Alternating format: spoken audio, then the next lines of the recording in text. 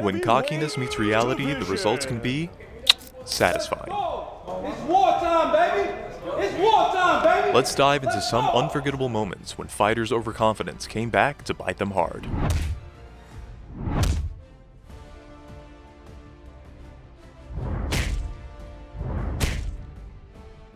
Floyd Mayweather versus Conor McGregor. The rivalry between Mayweather and McGregor was nothing short of legendary. But the cockiness level, off the charts. McGregor, ever the showman, decided it'd be a good idea to touch Floyd's head during the face-off. Bold, reckless, or just plain dumb? You decide. You little slaphead. You little slaphead. Of course, Mayweather wasn't having any of it. When the bell rang, Floyd turned up the heat and dominated McGregor so thoroughly that you could almost see the regret in his eyes.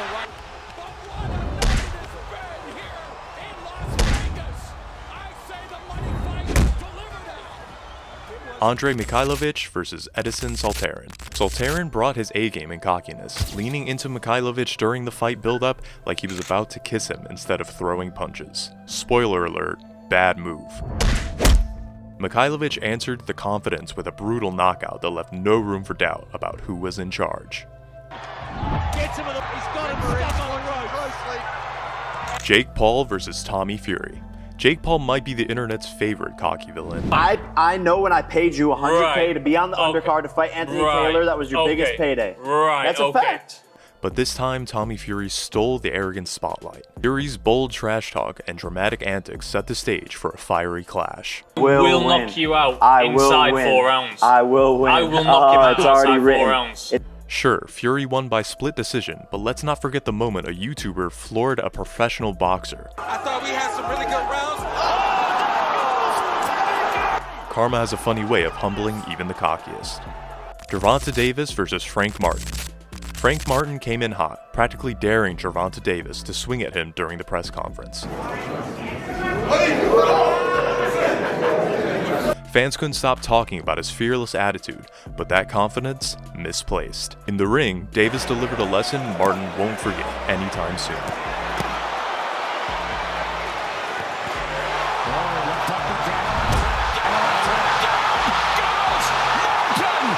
Duwa versus Joshua.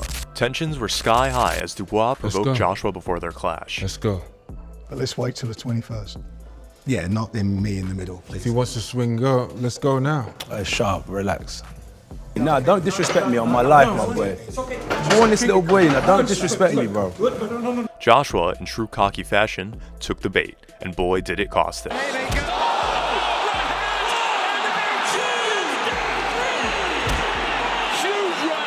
Joshua got knocked down early, proving that sometimes a cool head beats a hot temper. Deontay Wilder versus Zhilei Zhang. Wilder entered the ring full of swagger, throwing bold statements and gestures like confetti. Warrior mentality. I got a warrior mindset, I got a warrior heart. And I'll die for what I believe in. I'm willing to die in the ring for what I believe in. And if a man ain't willing to step in there and die like me, he better step out of that. But Zhang wasn't impressed. Okay, come on. Please don't. When the fight started, Zhang turned the tables, sending Wilder to the canvas with a thundering reality check.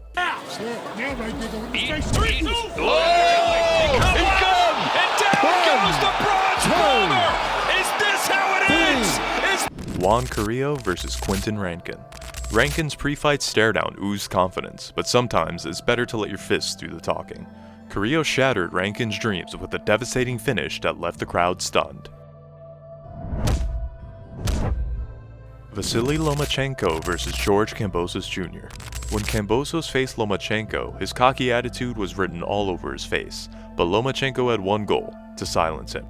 Kambosos' damaged eye couldn't save him as he succumbed to Lomachenko's relentless pressure. Good shot, I like that. Good shot right there to the body. I mean, maybe next week, Navarrete. Teofimo Lopez versus George Kambosos Jr.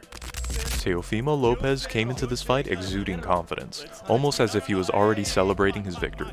With bold statements and an overly aggressive approach, Lopez looked determined to dominate Kambosos.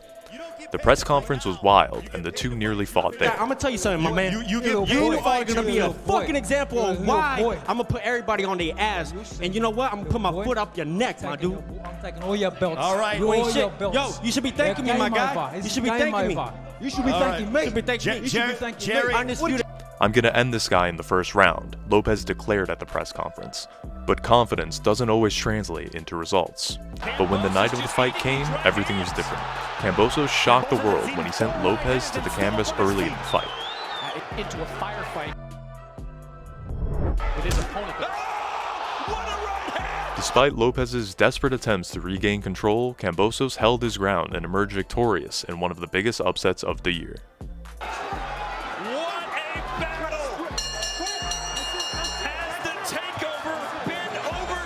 Billy Joe Saunders versus Canelo Alvarez. Billy Joe Saunders didn't just walk into the ring with confidence, he strutted in with the belief that he could outbox one of the greatest fighters of the era, Canelo Alvarez. His cocky smirks and pre-fight taunts set the tone.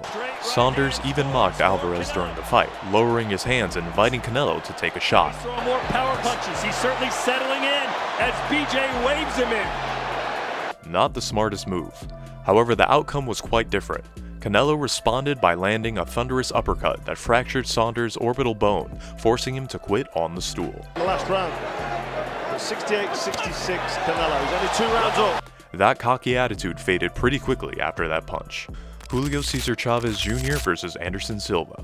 Julio Cesar Chavez Jr. underestimated Anderson Silva, thinking his years of boxing experience would be too much for the MMA legend. His pre-fight interviews were filled with overconfidence, dismissing Silva as just another payday. I don't believe too much about him because he's retired. But Silva outboxed Chavez Jr., showing incredible footwork and precision.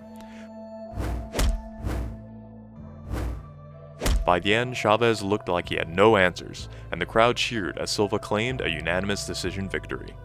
Adrian Broner versus Marcos Maidana.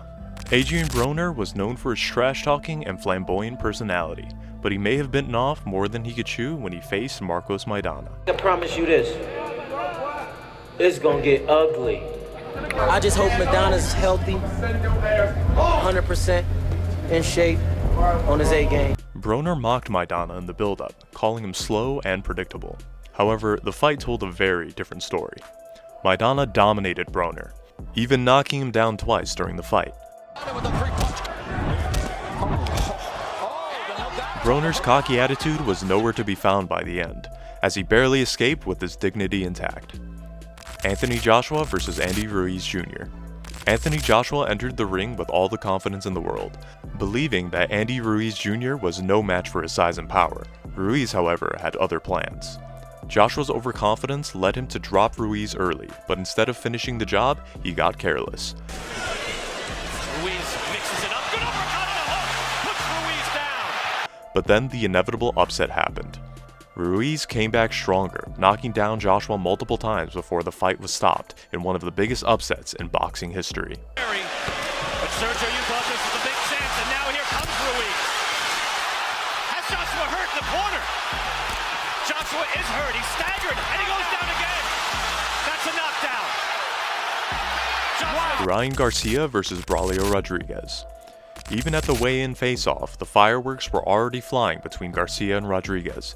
The two were locked in a heated verbal battle, exchanging savage words and death stares like they were ready to throw down right then and there. And just when you thought it couldn't get spicier, Rodriguez shoves Garcia. Talk about cocky. But here's the kicker. All that swagger didn't help Rodriguez when the fight started. By the first round, he was already kissing the canvas. For one of the announcing teams, good hook, and Rodriguez goes down. That fast. Instant karma, anyone? Ryan Garcia versus Devin Haney. This showdown had all the makings of a fight of the year contender, but instead, it ended in chaos and controversy. The drama started long before the bell rang, and Devin Haney's cocky attitude only added fuel to the fire. Something is wrong with this motherfucker. I'm gonna tell you, nah, something wrong with him. This shit not normal. This shit is not normal. that's what happens when you face the Devin the Dream Haney. With his undefeated record and reputation as one of boxing's sharpest technicians, Haney came into the fight oozing confidence. Confidence he'd walk through Ryan Garcia like a formality. Spoiler alert, he didn't. Garcia, on the other hand, wasn't doing himself any favors. Leading up to the bout, skepticism was sky high. Critics accused him of being more focused on social media than boxing, claiming he was turning the sport into a circus. At the weigh-in, Garcia showed up 3 pounds over the limit, usually sipping what looked like beer from a bottle, which, surprise, turned out to be apple juice. His unpredictable antics had fans questioning if he was taking the fight seriously at all. When the gloves finally went up though, all that skepticism evaporated. The fight was explosive from the start. Haney, despite his earlier bravado, found himself in uncharted territory. On the canvas not once, not twice, but 3 times. If you're that aggressive, get overconfident. Big left hand by Garcia. Rocks Haney early. Garcia said he was going to knock him out in the first round. How bad? Garcia's signature left hook became Haney's worst nightmare. Oh, he's got it locked again. And down for a second time. It's down. And when the dust settled, the unthinkable happened. Haney's perfect record was gone. The win went to Garcia, leaving fans in absolute shock. But just as the celebrations began, the controversy hit like a bombshell. Post-fight testing revealed that Garcia's supplements were tainted with ostarine, a banned substance. Despite passing pre-fight and post-fight tests, the discovery led to the fight being ruled a no contest. Haney's cocky pre-fight demeanor suddenly looked ironic as questions about the legitimacy of the fight, Garcia's preparation, and the entire event swirled around. In the end, what should have been a career-defining moment for both fighters turned into one of the sport's messiest controversies. Haney's confidence was shattered, Garcia's win erased, and fans were left wondering, was this fight ever destined to end cleanly? Bonus fight, Deontay Wilder vs. Joseph Parker.